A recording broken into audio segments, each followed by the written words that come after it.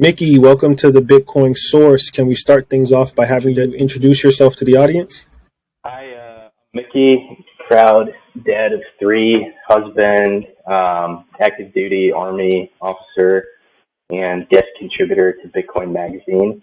So I'm rocking my Bitcoin Magazine dad hat, and then I had to rock, the short sleeve plaid shirt, just, to be like ultra dad vibes for this interview. So thanks for having me. I appreciate it. Thank you. I appreciate you being on the show right now. So, I want to start things off kind of just getting some insight and where like you sourced a lot of your Bitcoin knowledge, because I'm familiar that you've done a ton of articles for Bitcoin Magazine. So you're for sure knowledgeable about this digital asset. So to start things off, Mickey, where did you source your Bitcoin knowledge, whether it was books, courses, or even people in the ecosystem that might have inspired you? Could you kind of break some of those things down?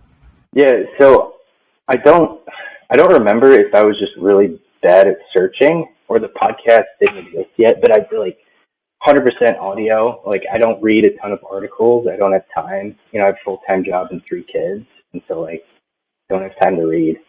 So I found the podcasting thing. Started doing heavy podcasts in Bitcoin. I think like spring 2020. And it was mostly crypto stuff, right? And so I think the first book I got was from like the Crypto 101 podcast, just some like janky website, like send us $9, and then I got some, self-published book. But that was the first thing. That was the first peek behind the curtain, right? That's how I understand it, hashing and all that stuff. And then as I got through all those crypto podcasts, there would be like the glimpses of Bitcoin. And really that was the only thing that made sense to me. I remember kind of this, like a breakthrough moment almost when I heard Nick Bhatia on, this Crypto Bro podcast talking about layered money. And it was just like, yes, like this is it. Like, this is what I've been searching for. And then, so I think there was like those little cracks, in the facade of crypto that allowed me to like flip through and then get to Bitcoin only. So I get up at 5. I sip coffee for an hour and then I exercise for the Army, right? But during that time, I'm listening to podcasts essentially at 3 times speed. So by 7 in the morning, 7:30, I've listened to like 6 hours worth of content already. And then, I'm sneaking it in. Like every time I get in the car, I won't even put it in drive until I have like Greg Foss talking in the background or something. You know what I mean? I just completely addicted to the learning. If you think 3x is fast, like challenge your body. You got to fit more content in. There's always more to learn. So definitely the audio. Audio is what I do because I just don't have time for really reading or anything else. Nice. I know a lot of people are really gravitating towards the podcast arena, I should say. And even for me, like long form, what Bitcoin did type of podcasts are really good. There's a lot of information there, but if you're just listening to it on a regular speed regimen, it could take you a day and a half or 3 days to listen to it. Like I'm a father myself, so I understand, your limited ability to actually get things done. But Mickey, I really want to get into, and also I want to thank you too for your service in the military forces. But I really want to get into and talk about your discovery of Bitcoin while at West Point on active duty. So I didn't actually discover Bitcoin at West Point, but West Point kind of set the stage. So like back a couple years prior when I was in high school, my grandparents got me this Motley Fool Investing for Teens book. And it just absolutely blew my mind. Like you're telling me I can get money and then I can use that money to make more money. Like mind blown. This like loved economics in high school. And so transition, I'm looking for a college to go to and I'm looking at all that student debt and stuff. And so really the decision to go to West Point was really kind of driven by that broken college system where it's like, one guy told me, I ran into him randomly at this college fair. He's like, hey, West Point's free. And I'm like, so let's do this. And so that's really my story about how I even like found out about West Point. I'm like, free college, sick, let's do this. And so I got into economics at West Point. That was my major. And And so like there was some really cool like logically based classes where I'm like, yeah, this makes sense. And then there were some others like micro, where it was basically just, basic calculus with story problems. So it's like what are we optimizing? We're optimizing made up equations that you guys made up. Like this isn't real. And then others. So we had the thing that really blew the kind of the top off and maybe a little suspect of everything was the combination of money and banking, and then macroeconomics, right? And so money and banking was all about like, fractional reserve banking, and this is how the Fed manages interest rates, and we can never, risk-free rate of return is like government bonds because we can always print money and just pay it off, and that was kind of weird.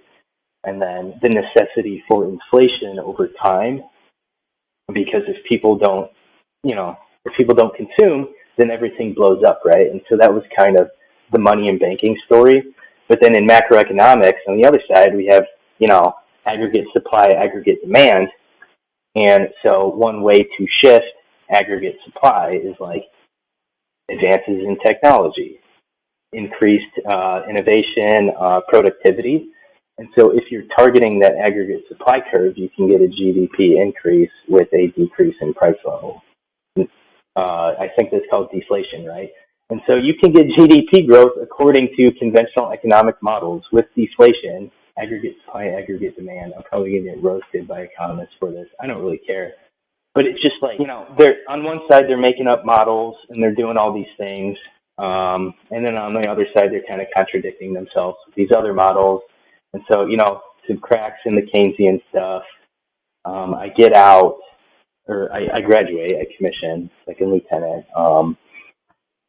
I do my time. And then really, I think once I'm a captain, I'm in command. So probably 4 years, 2018. So it's about 4 or 5 years after I graduated, I'm a captain in the Army. I'm a commander. And one of my communications, like IT guys, comes up and he's like, "Hey, sir, I don't even remember why he told me this. He's like, "Hey, let me tell you about this mining thing I'm doing." And so he had some graphics cards like in his closet. He was mining Ethereum. So immediately it was just kind of like, nope, sounds legal. Don't, like, I'm the commander. Don't want to hear about this. Don't even tell me.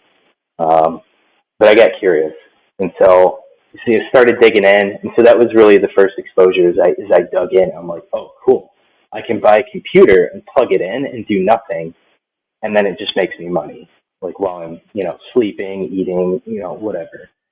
And so that was really kind of the start of it. Is I went down the rabbit hole pretty quick, pretty deep. And so I got like, a month later, I had convinced my wife. I'm like, hey, crazy idea. How about we don't contribute to my IRA this year, and I buy this crazy computer to start making money? And she's like, cool, let's do that. And then, you just keep getting deeper and deeper. It's like I got nice hash, and so it I'm mining whatever. I don't even know what it was mining, but I'm getting paid in Bitcoin. So every day I'm stacking a little more, and then I'm doing the research, doing the podcast. Nothing makes sense. I think that's, I realize now that's probably intentional, where they're trying to sound smart and innovative, but it's really just kind of BS, right? And so it was just like progressively more Bitcoin. And then so I think about from the point the guy told me about the mining, I think within 120 days, it was like all in, like all of our life savings. And what kind of really helped was that first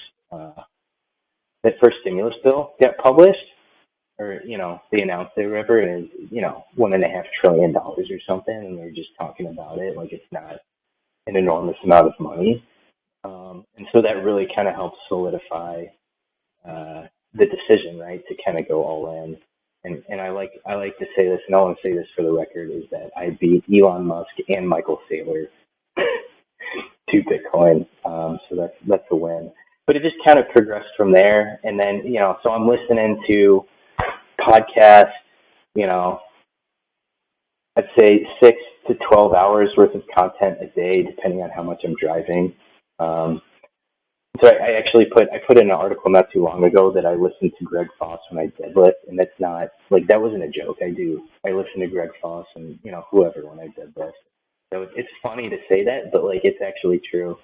Um, and then let's see, I go to grad school. All my econ professors are spouting McKinsey and stuff. None of them get it, and so more bullish. Have fun staying poor.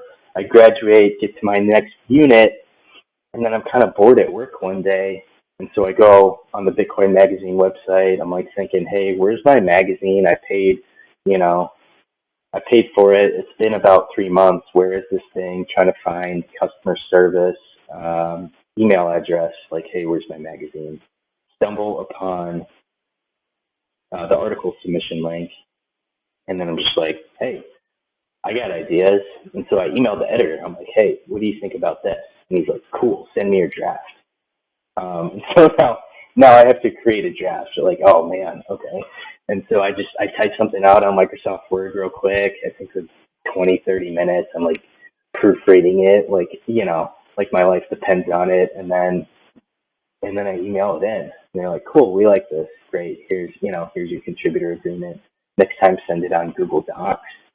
So I got to figure out what Google Docs is. We don't use that, but it just kind of spiraled from there. And so, I got, this one of these articles I wrote about energy. It went, some troll picked it up and roasted me on Twitter. Got like 40,000 likes or something.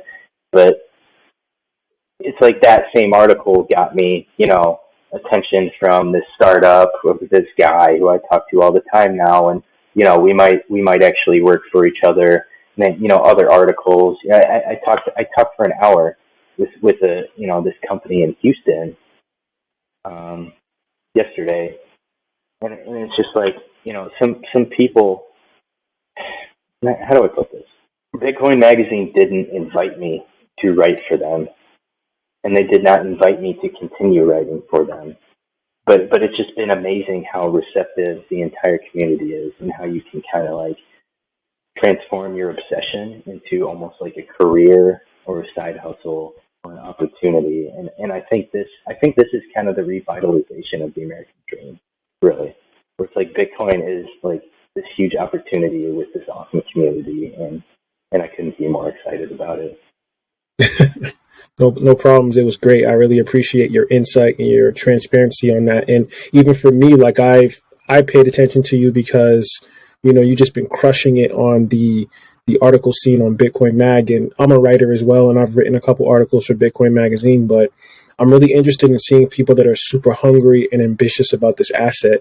And I just think that your perspective and the way that your thought process goes into thinking about Bitcoin is very unique and different. And you talk about opportunities arising down the road. Now you're on this podcast, and it's like, I think that there's going to be tons of more podcasts that are going to want to hear your insight on Bitcoin, energy, even like your military background, which is what I want to, kind of expound on a little bit more.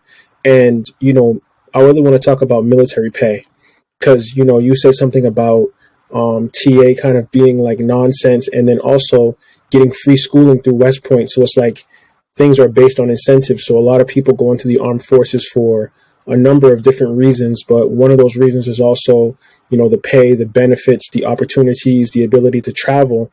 And Mickey, I want to talk about, military pay raises are based on the average cost of employment in the private sector most times.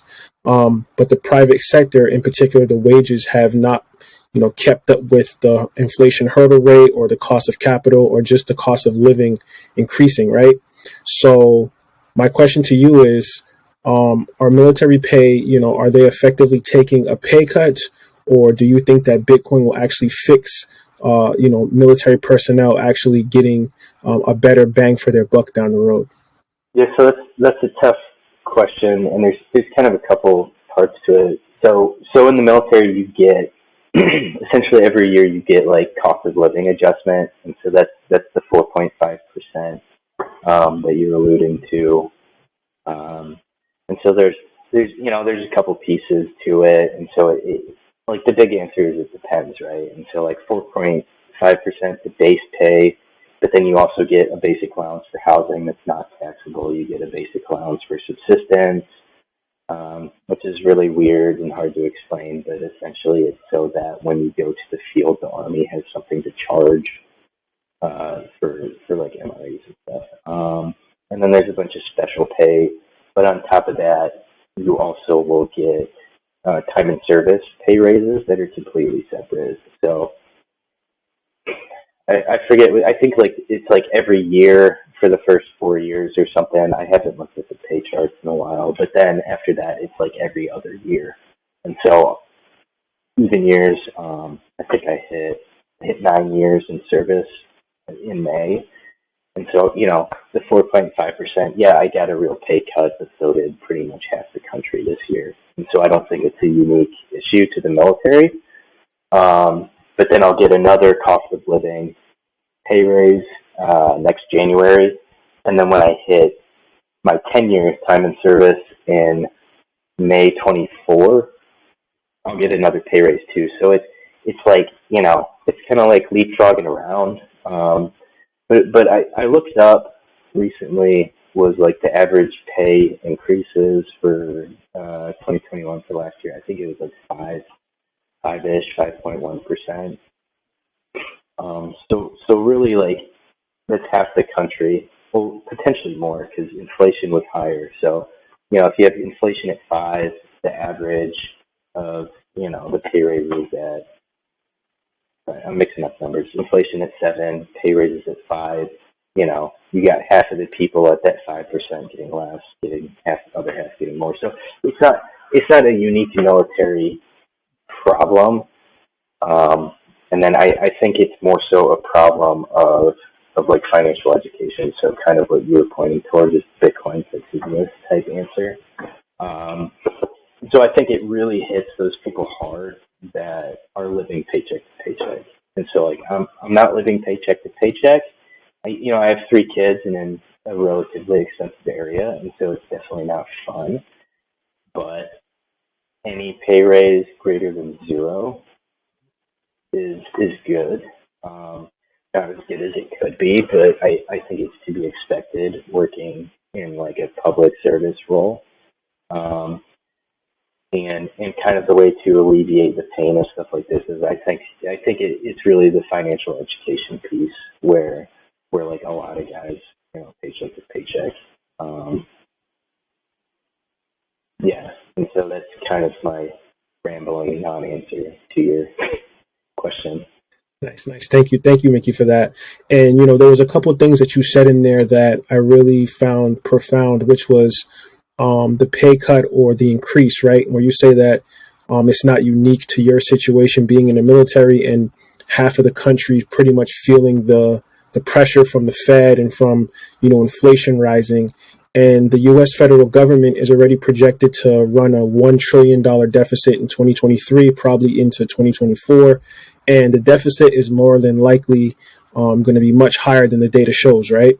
So do you believe more people are going to be onboarding to Bitcoin and doing so because of the weakened dollar that we're seeing now? Yeah, I think so. Because the numbers are getting pretty big, right? And then you said half the country, and so the average like potentially 50%, but I don't think like the wage growth is normally distributed. I think it's kind of skewed to the the higher end jobs, and so potentially 2/3 or whatever of the country is probably feeling the pain. And then I'm trying to answer this in a way where I'm not going to get in trouble. Yeah, I think the numbers getting big, right? And so the debt's getting big, the deficit's getting big, and I think people are going to be concerned, especially with the inflation. And then once the Federal Reserve pivots, I think Bitcoin's really going to show its strength. And then people are going to start waking up and wanting to save in Bitcoin. It's that really great. So in economics, it's called a Giffen good. It's one of those really weird things where the demand goes up with the price. And so there's some things, like Bentleys, right? Like if you're buying a Bentley, you're not going to wait for the 20% off sale. You're going to want to spend as much money as you possibly can on a Bentley. And so really it's like one of those things like Rolex, Bentley, luxury stuff is as the price goes up, more people want it. And so I think once the Fed pivots, that's kind of going to be like the big advertisement is the Bitcoin price just shooting through the roof. And that's going to like onboard a lot of people, pique their interest again. Like, oh, Bitcoin didn't die because of FTX and Celsius and all these other things. Like, what were these talking heads talking about? They're obviously wrong. And so maybe I should actually look into this. Yeah, most definitely. And, TA, technical analysis, like I had Joe Consorti on, and I think that he's like one of the smartest people out in the game right now for TA. But TA in conjunction with Bitcoin to me is like, it's kind of sketchy because Bitcoin really can't be controlled. You don't really know what it's going to do. Like, look at it right now. Like, this is the top of 2023 and it's kind of rallying now. People were saying that, oh, it's going to stay at 17 or 16K. Now it's in the 20K. And that's because of, CPI has been kind of like adjusted. So anytime the Fed does a pivot, Bitcoin tends to move in either direction. But I think that they really can't control or tell you what the price is going to be, what the bottom's going to be. It's just like a best bet in trying to look at the technical analysis to see like what the trend was 6 months ago or what the last bull market was doing. But it's really like up in the air. And I think that that's what makes Bitcoin kind of unique outside of any other asset, because you can't really, follow this thing, over a long period of time. It's only been around for 14 years and it's nothing like anything we've ever seen before as far as like, a commodity or something that is a store of value. So I definitely agree with you, Mickey, on the fact that, everything is really subjective. And whether you're in the military or you're just a regular 9-to-5er, I think taking your money and putting into something like Bitcoin is very beneficial because we're going to continue to see inflation go up, cost of living go up. Utility prices are getting higher every day. If you're a father, you have kids, you have a household that you have to take care of. These things start to come into the picture and make sense to you when you have those bills due. So I think that Bitcoin is one of those things, even if you can put away a small amount of money to just put it into your savings or into something as a hedge, I think that that's going to be really beneficial for a lot of people down the road. Yeah, and kind of to play off what you just said, like the TA stuff, I can't stomach that. I can't stomach trading. I don't even want to. I'm like a Matt Odell disciple. Just stay humble and stack sats. To quote Greg Foss too, is like I don't want to be picking up nickels in front of the steamroller, because I'm going to say something crazy here. There is no limit to Bitcoin's price in the long term, as long as fiat currencies exist and central banks have the propensity to print money to solve problems. That's my crazy idea, and I'm just going to buy Bitcoin and hold it forever. Because Bitcoin really can't be controlled. You don't really know what it's going to do. Like, look at it right now. Like, this is the top of 2023 and it's kind of rallying now. People were saying that, oh, it's going to stay at 17 or 16K. Now it's in the 20K. And that's because of, CPI has been kind of like adjusted. So anytime the Fed does a pivot, Bitcoin tends to move in either direction. But I think that they really can't control or tell you what the price is going to be, what the bottom's going to be. It's just like a best bet in trying to look at the technical analysis to see like what the trend was 6 months ago or what the last bull market was doing. But it's really like up in the air. And I think that that's what makes Bitcoin kind of unique outside of any other asset, because you can't really, follow this thing, over a long period of time. It's only been around for 14 years and it's nothing like anything we've ever seen before as far as like, a commodity or something that is a store of value. So I definitely agree with you, Mickey, on the fact that, everything is really subjective. And whether you're in the military or you're just a regular 9-to-5er, I think taking your money and putting into something like Bitcoin is very beneficial because we're going to continue to see inflation go up, cost of living go up. Utility prices are getting higher every day. If you're a father, you have kids, you have a household that you have to take care of. These things start to come into the picture and make sense to you when you have those bills due. So I think that Bitcoin is one of those things, even if you can put away a small amount of money to just put it into your savings or into something as a hedge, I think that that's going to be really beneficial for a lot of people down the road. Yeah, and kind of to play off what you just said, like the TA stuff, I can't stomach that. I can't stomach trading. I don't even want to. I'm like a Matt Odell disciple. Just stay humble and stack sats. To quote Greg Foss too, is like, I don't want to be picking up nickels in front of the steamroller, because I'm going to say something crazy here. There is no limit to Bitcoin's price in the long term, as long as fiat currencies exist and central banks have the propensity to print money to solve problems. That's my crazy idea, and I'm just going to buy Bitcoin and hold it forever. Most definitely. And some of the smartest people in the industry are doing the same thing. They're not probably as vocal as you are, but they're doing it, and they're doing it in their own way. And I think that, it's just one of those things where it's how you approach Bitcoin. And I have a lot of guests on this show, and I always try to really get their insight and how they source their knowledge. So, I learn things from everybody, and I've just learned things from the way that a Bitcoiner would approach things. And it's just so interesting and beautiful to see how Bitcoin is allowing all these different thought patterns and approaches to just be kind of boiled down into this singular laser focused vision of decentralization.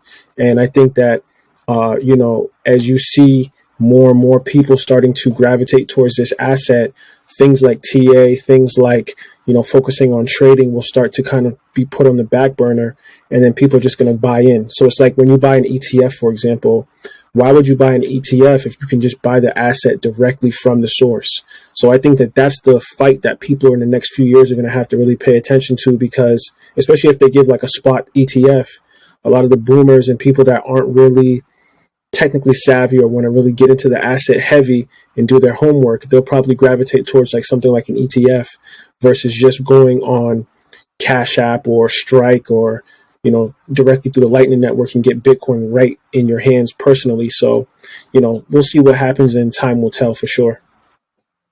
But Mickey, so I have another question for you. So this question is kind of based around the military again, and just Bitcoin as, I don't want to say a form of national security or defense, but just something that I feel the government may have to pay attention to, the military may have to pay attention to, as far as protecting Bitcoin like they would protect gold bars in Fort Knox. And when you think of a nation state, Bitcoin is like the monetary entity, the miner is like the military, and nodes are its rule of law, right? And the software is like money, right? So we could just use software as money. And Jason Lowry and some other people have been talking about this for a while, and I just want to hear your thoughts on it personally. Where do you believe that Bitcoin is a national security threat, or do you believe that Bitcoin is something that the military should protect and kind of mine and pay attention to in the near future? Yes, so I felt this one coming. So I actually pinged Jason Lowry yesterday to kind of like clarify his thesis and make sure I'm kind of getting it right. And so Bitcoin is not a national security threat. It's a national security imperative. And so there's kind of two lanes to this. Is the first is trade, right? And so if you look back, 16, 1700s, I'm probably going too far, 17, 18 maybe, 16, 17. So you have England, right? This tiny little island nation in the grand scheme of things in the world, and yet they were conquering countries all over the world, and they were like the financial powerhouse for a long time. And that's because they had a navy, right?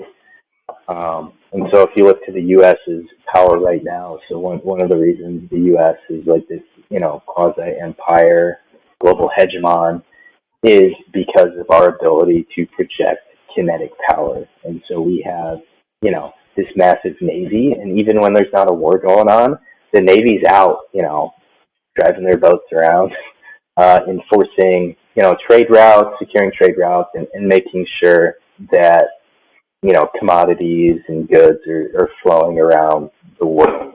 So essentially that's kind of one of the Navy's roles, is they're a strategic asset to kind of secure trade routes and keep the money and goods flowing around the world. And so that's one of the biggest reasons that America is powerful, right? And then, so you have, 1971 decision to break from the gold standard. We get the petrodollar. which means that everyone's got to buy oil with U.S. dollars, right? And then the Saudis, they take the profits, they roll it into treasuries, they make risk-free money. So essentially, after 1971 or after World War II, dollar becomes the world reserve currency. Lots of years go by, and then lots of countries are using U.S. treasuries as reserve assets. So about a year ago, right, Russia invades Ukraine, and what happens is the U.S. initiates sanctions with the European Union and essentially seizes, a couple $100 billion worth of currency reserves from Russia. And so the risk there now is that the U.S. potentially overplayed its hand, and people are going to start divesting. Not people, countries. Countries are going to start divesting of U.S. treasuries as a reserve asset, and that was potentially the first domino to fall, or one of the bigger dominoes to fall in the series of events that leads the U.S. to losing its global reserve currency status. And so there's a couple things with Jason Lowery's thesis is that so Bitcoin mining is kind of like the digital navy in cyberspace, right?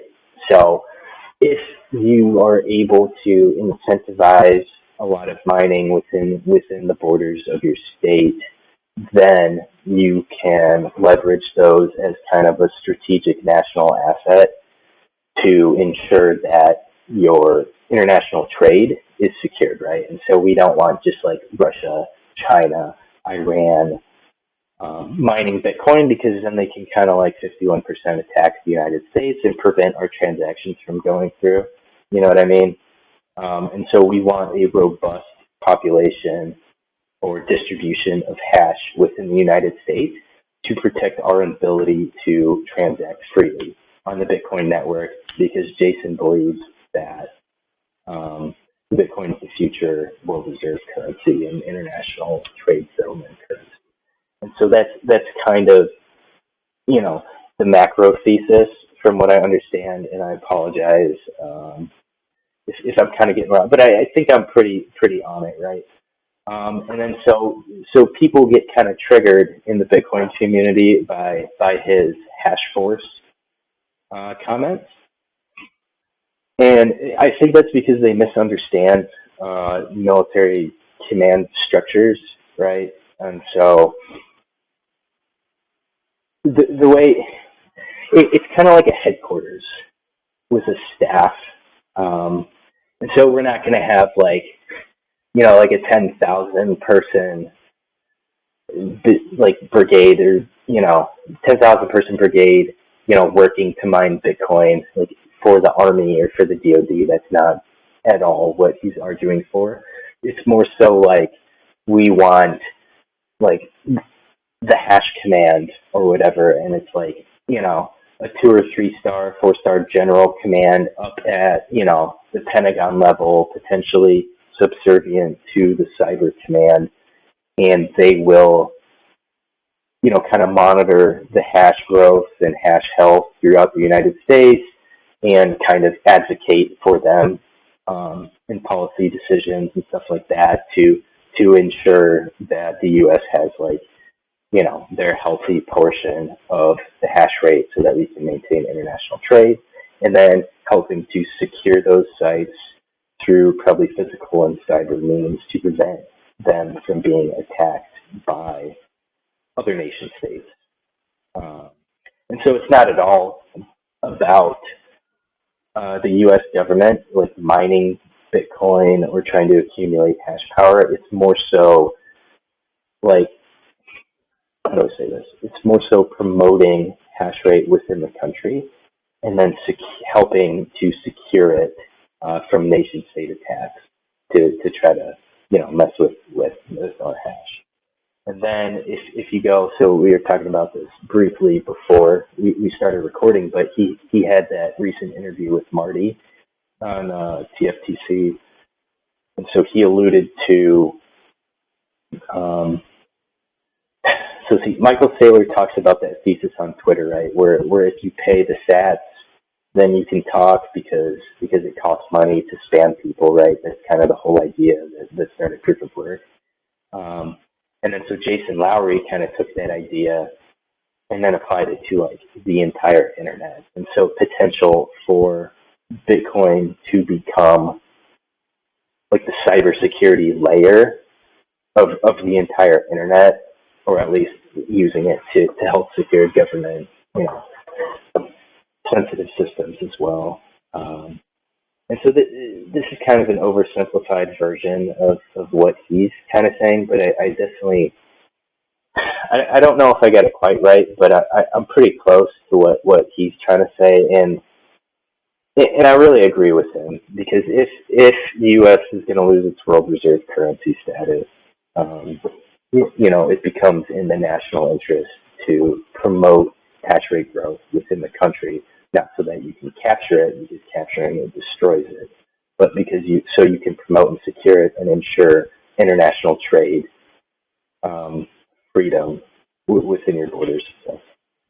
Is it like more of like if America cares about protecting its economy, that economy needs to have Bitcoin somewhere in its defense plan, and future wars will be, in cyberspace per se, using like kinetic or less kinetic energy.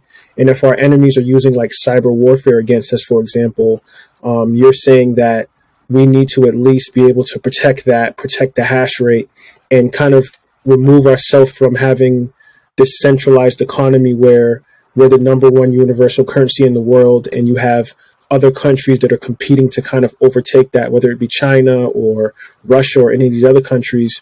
So you're saying the underpinnings of our economy doesn't have to be fully immersed in Bitcoin, but we should have at least a percentage in there to kind of be used as a cyber defense mechanism if we needed to in the future. Is that what you're kind of saying, Mickey?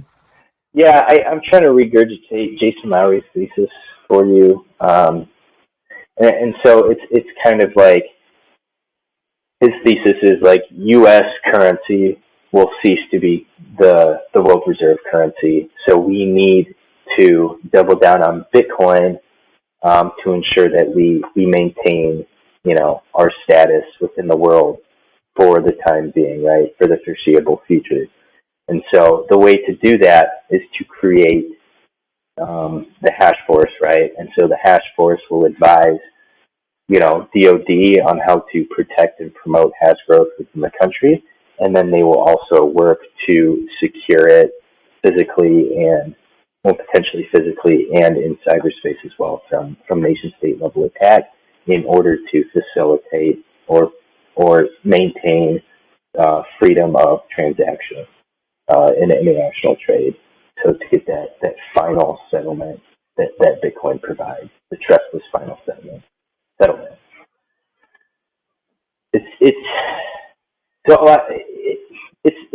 It's hard to explain kind of without using the military jargon. So really what Jason Lowery is trying to do is trying to frame Bitcoin in a way that the military leaders can understand. And so that's really what he's trying to do. But he is certainly an ally to the Bitcoin movement. He's certainly pushing for it, and he's not at all arguing that Bitcoin's a national security risk. His thesis is 100% Bitcoin is a national security imperative, and the government needs to probably do more to facilitate hash growth within the country. That's one of those things, like, I'm not a military person. I don't have a military background. So, hopefully down the road, I can get Jason on for him to kind of explain his point more in depth. But, I know there's different branches of the military. He's like in Space Force, you're an Army guy. And I just wanted to hear like the different perspectives of like how you would approach it, how he would approach it.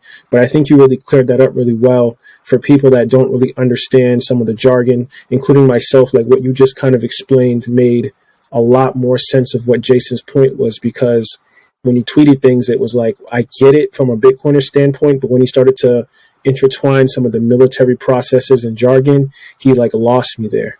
So thank you, Mickey, for kind of breaking that down. That makes a lot more sense for sure. Yeah, it helps. I'm just barely smart enough to understand him, and I have the military background. And then I have kind of like, I can kind of dumb things down to my level pretty well. So Nice. Mickey, this conversation was great. We really got into some really good topics. But before we leave, I really want to ask you, like, what do you plan within the next few months or in the future as far as like your writing, what you plan to do in Bitcoin, any of your future endeavors? Could you kind of give that to the audience if you feel free to? So I just kind of initiated my separation from the Army actually, and so I'm gonna keep pursuing Bitcoin opportunities outside the military. The plan is to be back in Texas by, God, what year is it? 2023. So 2024, 2025. So summer 2025, be back in Texas, but I'll probably start being able to work at least remotely from where I'm at now in the summer of 2024. I'm going to keep writing. I don't do it for really any other reason than I enjoy doing it, and so I have the Google Docs app. Actually, I have an iPhone 13 mini, and I've written all of the articles on my iPhone in the Google Docs app. I'd say almost all of them have taken me less than an hour, about half less than 30 minutes, and maybe 2 or 3 have taken maybe 15 minutes to write and just shoot it off. I do it because it's fun. And so I'm going to keep writing because I enjoy it. Try to make friends in the Bitcoin space. I just continue to just see where this goes. I don't know. It's pretty crazy because it's like I haven't even been writing for Bitcoin Magazine for a year yet. And like I'm on a podcast. This is weird. I've never done this before, but maybe I can do another one. Maybe I didn't do so bad on this, and I don't know. We'll see where it goes, I guess. Most definitely. And Mickey, you did a great job on this podcast. And I think that, as a writer, for me, like I really look at the cadence, the articulation, and just the intelligent approach to how someone is writing something. And I can say that I've read probably 15 to 16 of your articles, whether it was on energy, financial literacy, the Fed, interest rates, all this stuff. And I know that you have a good insight and you have a point that you want to bring to the world. And I think that a lot more people, especially in this year of 2023, are definitely going to start gravitating to your writing because you're bringing a perspective that a lot of Americans, a lot of people across the world want to hear. And I think that it's important. And I think that that's why Bitcoin Magazine, when they saw your first article, the editors read it, they knew exactly what you were going to bring to the table. So they were onboarding you very quickly because they have an eye for talent and they know exactly what Bitcoiners want to hear. And I think that what you're writing about is what people want to hear. I know I want to hear more from you. So I definitely encourage you to write as much as you can, post it, share it, retweet it. We're definitely going to support you here at the Bitcoin Source. And Mickey, before we end things off, I just want to thank you for taking time to be on this podcast, have this Bitcoin conversation. Have a good one. Yeah, I love this. Thank you for your support. This was fun. Maybe we could do it again sometime.